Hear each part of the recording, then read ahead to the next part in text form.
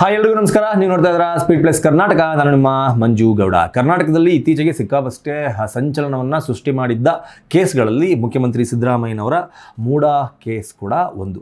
ಅವರ ಮೇಲೆ ಹಾಗೂ ಅವರ ಪತ್ನಿ ಪಾರ್ವತಿ ಅವರ ಮೇಲೆ ಈ ಆರೋಪ ಎದುರಾಗಿತ್ತು. ಮೈಸೂರಿನ ಮೂಡಾದಲ್ಲಿ ಅಂದರೆ ಅಕ್ರಮವಾಗಿ ಒಂದಷ್ಟು ಸೈಟ್ಗಳನ್ನು ಪಡೆದುಕೊಂಡಿದ್ದಾರೆ. ಇದು ತುಂಬ ಅಕ್ರಮ. ಈ ಅಕ್ರಮದಲ್ಲಿ CM ಹಾಗೂ CM ಪತ್ನಿ ಭಾಗಿಯಾಗಿರೋದ್ರಿಂದ ಅವರ ಮೇಲೆ ಕ್ರಮವನ್ನು ಕೈಗೊಳ್ಳಬೇಕು ಅಂತ ವಿತ್ ಪ್ರೂಫ್ ಸ್ನೇಹಮಯಿ ಕೃಷ್ಣ ಎನ್ನುವ ಸಾಮಾಜಿಕ ಹೋರಾಟಗಾರರು ಒಂದು ಅರ್ಜಿಯನ್ನು ಸಲ್ಲಿಸಿ ಕಂಪ್ಲೇಂಟನ್ನು ಕೊಟ್ಟು ರಾಜ್ಯಪಾಲರ ಮೂಲಕ ಅದಕ್ಕೊಂದು ಅಧಿಕೃತ ಮುದ್ರೆಯನ್ನು ಹಾಕಿಸಿಕೊಂಡು ಈ ಕೇಸ್ ಕೋರ್ಟ್ನ ಮೆಟ್ಟಿಲು ಏರುವವರೆಗೂ ಒಂದು ಪ್ರಮುಖ ಪಾತ್ರವನ್ನು ವಹಿಸಿದರು ಅಂತಲೇ ಹೇಳ್ಬೋದು. ಇಂತಹ ಕೇಸ್ ಆರಂಭ ಆದಾಗಿನಿಂದ ಇವತ್ತಿನವರೆಗೂ ಒಂದು ಹಂತದಲ್ಲಿ ನಡ್ಕೊಳ್ತಾ ಬಂತು. ಆರಂಭದಲ್ಲಿ ಮುಖ್ಯಮಂತ್ರಿ ಸಿದ್ದರಾಮಯ್ಯನವರ ಮೇಲೆ ಆಪಾದನೆ ಬಂದಿದೆ.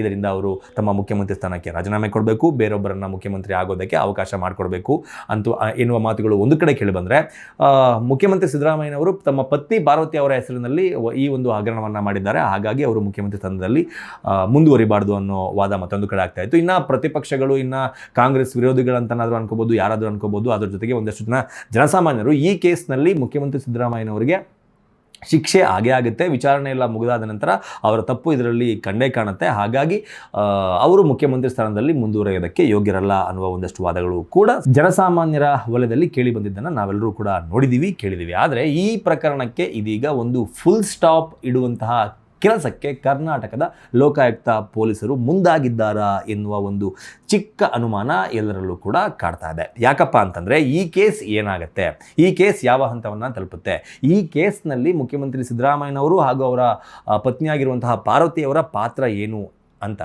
ಜನ ತಿಳ್ಕೋಬೇಕು ಎನ್ನುವ ಕುತೂಹಲದಲ್ಲಿ ಇದ್ದಂಥ ಸಂದರ್ಭದಲ್ಲಿ ಲೋಕಾಯುಕ್ತ ಪೊಲೀಸರು 11,000 ಪುಟಗಳ ಒಂದು ತನಿಖಾ ವರದಿಯನ್ನು 82ನೇ ಸಿಟಿ ಸಿವಿಲ್ ಕೋರ್ಟ್ನ ನ್ಯಾಯಮೂರ್ತಿಗಳಾಗಿರುವಂತಹ ಸಂತೋಷ್ ಗಜಾನನ್ ಅವರ ಮುಂದೆ 11,000 ಪುಟಗಳ ತನಿಖಾ ವರದಿಯನ್ನು ಸಲ್ಲಿಸಿ, ಈ ತನಿಖಾ ವರದಿಯಲ್ಲಿ ಅಂದರೆ ಮುಖ್ಯಮಂತ್ರಿ ಸಿದ್ದರಾಮಯ್ಯನವರು ಹಾಗೂ ಅವರ ಪತ್ನಿ ಪಾರ್ವತಿಯವರ ಮೇಲೆ ಬಂದಿರುವಂತಹ ಆರೋಪ ಏನಿದೆ, ಮೂಡಾ ಸೈಟ್ ವಿಚಾರಕ್ಕೆ ಸಂಬಂಧಪಟ್ಟಂತಹ ಆರೋಪ ಏನಿದೆ, ಈ ಆರೋಪಕ್ಕೆ ಬೇಕಾದಂತಹ ಸಾಕ್ಷ್ಯಾಧಾರಗಳ ಕೊರತೆ ಇದೆ.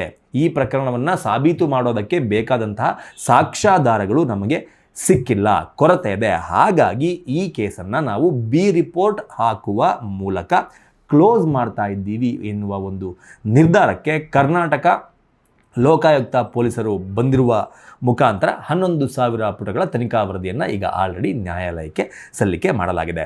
ಏನೆಲ್ಲ ಹೇಳಿದ್ದಾರೆ ಇದರಲ್ಲಿ ಅನ್ನೋದನ್ನು ನೋಡೋದಾದರೆ, 50 ಜನರ ಹೇಳಿಕೆಯನ್ನು ಈ ಕೇಸ್ಗೆ ಸಂಬಂಧಪಟ್ಟಂತೆ ಪಡೆದುಕೊಂಡಿದ್ದಾರಂತೆ. ಆದರೆ ಆ 50 ಜನರ ಕೈಯಲ್ಲಿ ಪಡೆದುಕೊಂಡಿರುವಂತಹ ಹೇಳಿಕೆ ಈ ಕೇಸ್ನಲ್ಲಿ ಮುಖ್ಯಮಂತ್ರಿಯವರ ಪಾತ್ರ ಅಥವಾ ಅವರ ಪತ್ನಿ ಪಾರ್ವತಿಯವರ ಪಾತ್ರ ಇದೆ ಅನ್ನೋದನ್ನು ಪ್ರೂವ್ ಮಾಡೋದಕ್ಕೆ ಸಾಧ್ಯವಾಗಿಲ್ಲ.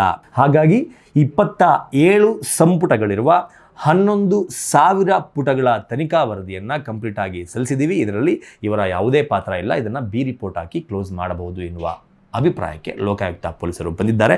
ಈ ಅಭಿಪ್ರಾಯ ಹೊರಗಡೆ ಬರ್ತಾ ಇದ್ದಂಗೆ ಇದಕ್ಕೆ ಕೋರ್ಟ್ಗೆ ಈ ಒಂದು ತನಿಖಾ ವರದಿ ಸಲ್ಲಿಕೆ ಆಗ್ತಾ ಇದ್ದಂಗೆ ಸ್ನೇಹಮಯಿ ಕೃಷ್ಣ ಅವರು ಕಿಡಿಕಾರಿದ್ದಾರೆ ಅಂತಲೇ ಹೇಳಬೇಕು. ಯಾಕಂತಂದರೆ ಈ ಪ್ರಕರಣಕ್ಕೆ ಬೇಕಾದಂತಹ ಸಾಕಷ್ಟು ಸಾಕ್ಷಿಗಳನ್ನು ನಾನು ಲೋಕಾಯುಕ್ತ ಪೊಲೀಸರಿಗೆ ಕೊಟ್ಟಿದ್ದೀನಿ, ಸಾಕಷ್ಟು ದಿನಗಳಿಂದ ನಾನು ಕಲೆಕ್ಟ್ ಮಾಡಿಕೊಂಡು ಬಂದಿದ್ದಂತಹ ಸಾಕ್ಷಿಯನ್ನು ನಾನು ಕೊಟ್ಟಿದ್ದೀನಿ. ಈ ಪ್ರಕರಣದಲ್ಲಿ ಮುಖ್ಯಮಂತ್ರಿ ಸಿದ್ದರಾಮಯ್ಯ ಹಾಗೂ ಅವರ ಪತ್ನಿ ಪಾರ್ವತಿಯವರ ಪಾತ್ರ ಇದೆ ಅನ್ನೋದು ನಾನು ಕೊಟ್ಟಿರುವ ಸಾಕ್ಷಿಗಳಿಂದ ಪ್ರೂವ್ ಮಾಡಲಿಕ್ಕೆ ಸಾಧ್ಯ ಇದೆ. ಆದರೂ ಕೂಡ ಲೋಕಾಯುಕ್ತ ಪೊಲೀಸರು ಸಿದ್ದರಾಮಯ್ಯನವರ ಅಣತಿಯಂತೆ ಕೆಲಸ ಮಾಡ್ತಾ ಇದ್ದಾರೆ, ಇದರಲ್ಲಿ ಮೋಸ ಆಗಿದೆ ಎನ್ನುವ ತಮ್ಮ ಅಭಿಪ್ರಾಯವನ್ನು ಸಹ ಈಗ ಆಲ್ರೆಡಿ ಅವರು ಮಂಡಿಸಿದ್ದಾರೆ. ಏನಿಸುತ್ತೆ ನಿಮಗೆ ಇದ್ರ ಬಗ್ಗೆ?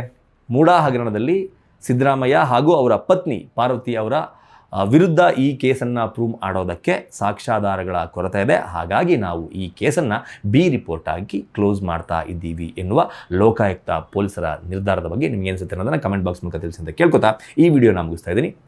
ನಮಸ್ಕಾರ. Speed plus Karnataka.